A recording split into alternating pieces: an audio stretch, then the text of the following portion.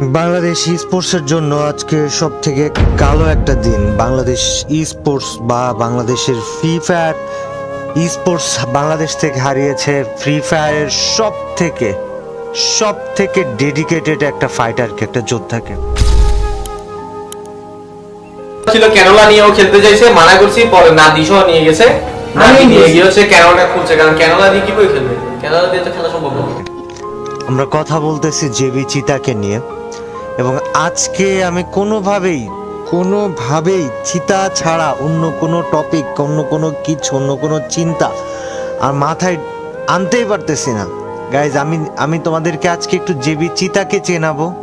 একটু জেবি চিতাকে তোমরা হয়তো গেমে চিনো, ওর গেম খেলা দেখেছো বা ওর গেম প্লের ফ্যান ছিলে, বাট বাস্তবতা বা বাস্তবে চিতা কি বা চিতার বাস্তবতাটা কি, এগুলো আজকে একটু তোমাদের সাথে শেয়ার, মানে আমি আজকে চিতাকে নিয়ে দুটো কথা না বললে আমার আজকে ভালো লাগতেছে না। আমি পুরাটা টাইম, আমি যখন থেকে শুনছি যে চিতা ইন্তেকাল করছে, গতকাল রাত 2টার সময় মিরপুর 11-তে সে চিকিৎসাধীন অবস্থায় ইন্তেকাল করছে, তারপর থেকে আমার মাথা থেকে যাচ্ছেই না যে চিতার সাথে আর মাত্র 3 দিন আগেও আমরা কলে কথা বলতেছিলাম।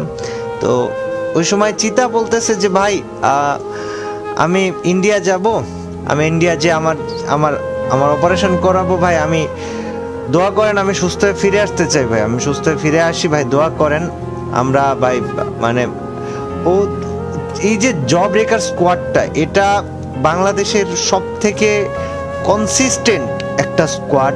আমি কখনো হয়তো এত আহামরি ওদেরকে বড় করে দেখায় ভিডিও বানাইনি, কিন্তু মানে বড় করে দেখানোটা আমার ভালো লাগে না, কিন্তু ওদের যে কনসিস্টেন্সি, বাংলাদেশ ই স্পোর্টসের ইতিহাসে ওদের যে অবদান, জব ব্রেকার্স এই নামটার যেই মানে এই নামটার যে মাধুর্য, এই নামটার যে ভালোবাসাটা কাজ করে নামটা শুনলে, এটা বাংলাদেশে আর কোন টিম আছে বা কোন টিমের প্রতি এরকম কাজ করে?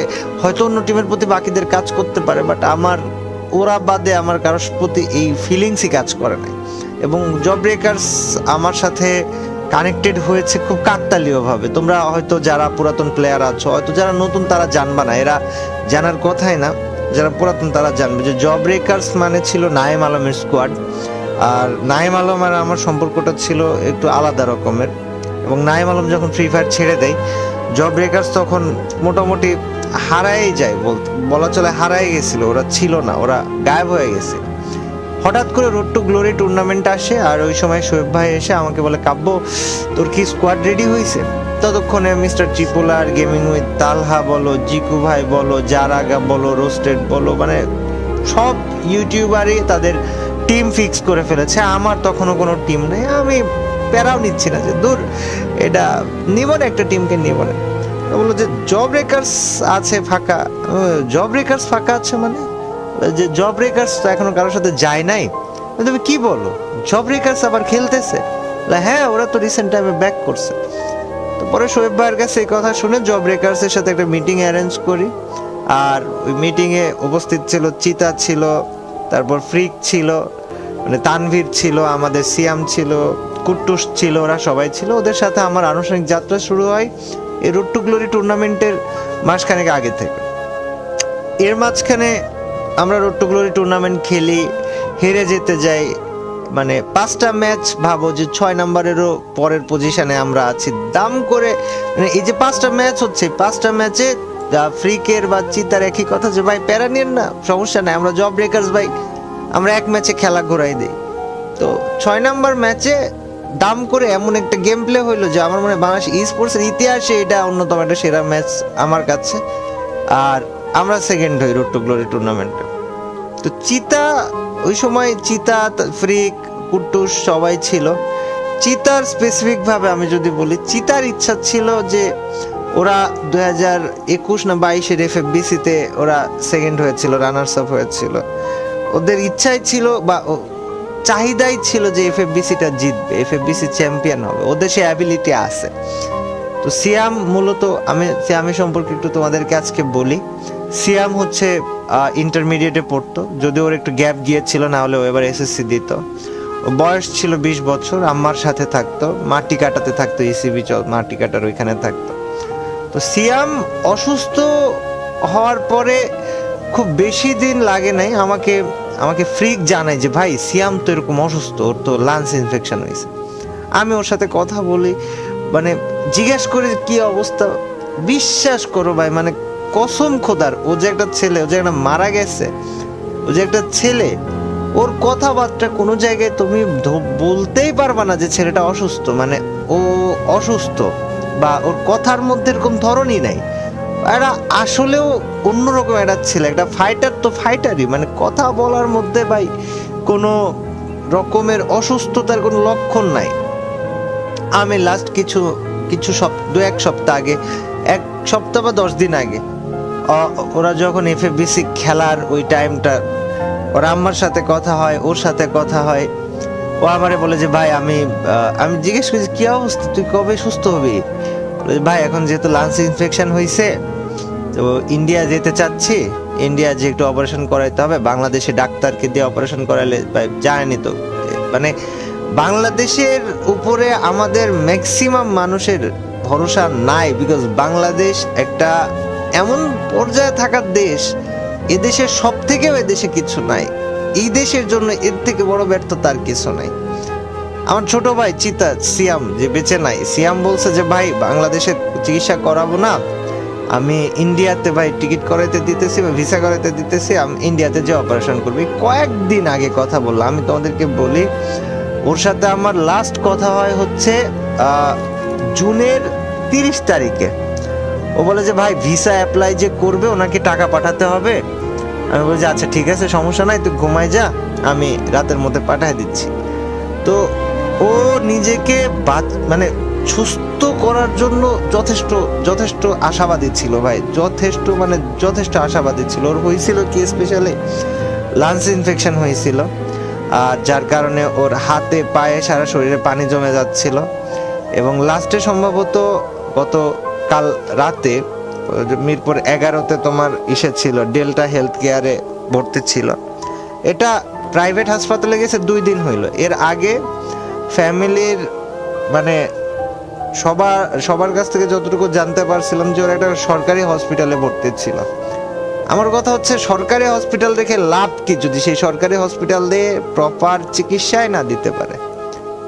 অনেকটা টাইম ওকে ডিলে করাইছে, অনেকটা সময় ওকে ডিলে করাইছে, তারপর ওকে প্রপার চিকিৎসা দেয়নি সরকারি হসপিটাল। ভাই তোরা পারবি না, তোরা বলে দে যে ভাই আমরা পারবো না, ডিলে করাইছে, এবং অনেকটা সময় ডিলে করাইছে। মাত্র 2 দিন হয়েছে বেসরকারি হসপিটালে না পেরে বাধ্য হয়ে ভর্তি হয়েছে।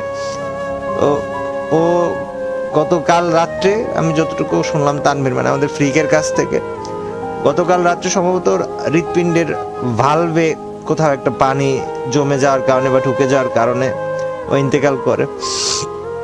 তবে ওর অনেক বাঁচার ইচ্ছা ছিল, অনেক চেয়েছিল সুস্থ হয়ে ফিরে আসবে, অনেক করে চেয়েছিল। ওকে তানভীর মানে ফ্রিক অনেকবার ওয়ার্নিং দিছে যে তুই এভাবে ডিলে করিস না, এটা দ্রুত অপারেশন করা। ও মানে কিছু বলার নেই। আর তোমরা যারা ভাই স্পোর্টস দেখো, আমি তোমাদেরকে বলি, যারা স্পোর্টস দেখো বা ভালোবাসো বা স্পোর্টস লাভার আছো, মানে জব ব্রেকার স্কোয়াড ফ্রি ফায়ারের বাংলাদেশের স্পোর্টসের শুরু থেকে আজ পর্যন্ত থাকা সব থেকে আমি আবারও বলতেছি সব থেকে বেশি কনসিস্টেন্ট থাকা স্কোয়াড, এই স্কোয়াডের তানভীর মানে আমাদের ফ্রিক 22, ওরা ফ্রিক, নাইম আলম, চিতা, মানে এই নামগুলো যখন একটা ম্যাচে আসতো কি যে হইতো, যারা পুরাতন প্লেয়ার শুধু তারাই জানে, তা বাদে কেউ হয়তো বুঝতেও পারবে না। আর এই জব ব্রেকার্সের ওই নাইম আলমের সাথে থেকে ওই সময় মাথা নষ্ট গেম প্লে তখনও চিতা দিত, এখনো চিতা দিয়েছে। এফএফবিসি টাইমে ও হসপিটালে ভর্তি, ওর কোনোভাবে হসপিটাল থেকে বের হওয়ার কোনো নিয়ম নাই। ওই এফএফবিসি শুরু হওয়ার 5 মিনিট আগে হসপিটাল থেকে পালায়ে হোটেলে আসছে, ম্যাচ খেলছে, আবার পালায়ে চলে গেছে হসপিটালে। একটা ছেলের একটা টুর্নামেন্টের প্রতি, স্পোর্টসের প্রতি, গেমের প্রতি কোন লেভেলের ডেডিকেশন থাকলে আর কোন লেভেলের তার কিছু একটা পাওয়ার ইচ্ছা থাকলে সে নিজের জীবনের ঝুঁকি নিয়ে হইলেও এত দূর যাইতে পারে। যাক গাইস, এই যে প্রোফাইলটা, এটা আমাদের চিতার প্রোফাইল। আমি সার্চ করতেছি যখন, আমি দেখতেছি 1-2 ঘন্টা আগে অনলাইনে ভাই। আমি 3 দিন আগে ওর সাথে কথা বলছি। হ্যাঁ, আমি কোনোভাবে মানে আমি নিউজটা শোনার পর থেকে ভুলতেই পারতেছি না যে ওর লাস্ট কথাটা, যে ভাই আমি ইন্ডিয়া যাব, অপারেশন করব, ভাই দোয়া করেন আমি একটু সুস্থ হয়ে ফিরে আসতে পারি। জান আমি ওরে বললাম যে তুই যা, সমস্যা নেই, আমরা আসি, তো টাকা পয়সা নিয়ে চিন্তা করিস না, লাগলে আমি আসি, লাগলে ইউটিউবাররা সবাই আছে, লাগলে ফ্রি ফায়ার কমিউনিটি আছে। আসলে টাকা পয়সাটা মেন না, আল্লাহ তাআলা যাকে যখন যেভাবে নিয়ে যাওয়ার তখন সেভাবে নিয়ে যাবে, এটাই স্বাভাবিক। এই চিতা নামটা তোমরা আজীবন মনে রেখো। এবং বাংলাদেশের ফ্রি ফায়ারের প্রতি আমার নিজের পার্সোনাল ভাবে রিকোয়েস্ট থাকবে যে চিতা নামটা এটা যেন ফ্রি ফায়ার স্পোর্টস এর সাথে আজীবন কানেক্টেড থাকে। ফ্রি ফায়ার নিজে যেন এই চিতা এই নামটাকে আলাদাভাবে রিকগনাইজেশন দেয়। আর যদি ফ্রি ফায়ার না দিতে পারে, এটা ফ্রি ফায়ারের জন্য ব্যর্থতা, এটা স্পোর্টস এর জন্য ব্যর্থতা, এটা আমাদের জন্য ব্যর্থতা হবে। ওর জন্য তোমরা দোয়া করো। মাত্র 20 বছর বয়সে ভাইটা আমাদের চলে গেছে। ওর আম্মার উপর দেখি যাচ্ছে, এটা হয়তো ওর আম্মাই জানে, আর কেউ বলতে পারবে না। মানে বুঝতে পারতেছো ভাই যে তার ছেলে নাই। আর গাইজ আমি তোমাদেরকে একটু বলে দেই, চিতার মানে ওকে দাফন করা হবে হচ্ছে ওর ফেনীতে, ওর গ্রাম যেখানে এলনা পাথর, ছাগলনাইয়া, ফেনী, এখানে।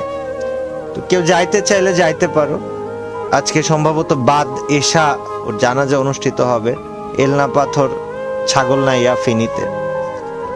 আর দোয়া করো তোমরা, এবং এই একটা শব্দ মনে রাখো যে চিতা বাংলাদেশে একটাই ছিল, একটাই হয়েছে, একটাই চিতা আজীবন থাকবে, আর কোনো সেকেন্ড চিতা হবে না।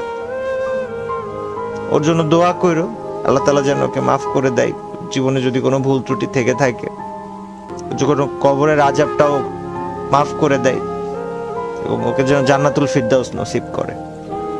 তোমরা চিতা নামটাকে ফ্রি ফায়ারের স্পোর্টস এর ইতিহাসে আজীবন বাঁচায় রাখবা। তোমরা এই দায়িত্ব আমি নিচ্ছি, তোমাদেরকে দিচ্ছি, এবং ফ্রি ফায়ার যেন চিতাকে আলাদাভাবে রিকগনাইজেশন দেয়, যেন আজীবন স্পোর্টস এর সাথে জেবি চিতা এই নামটা লেগে থাকে।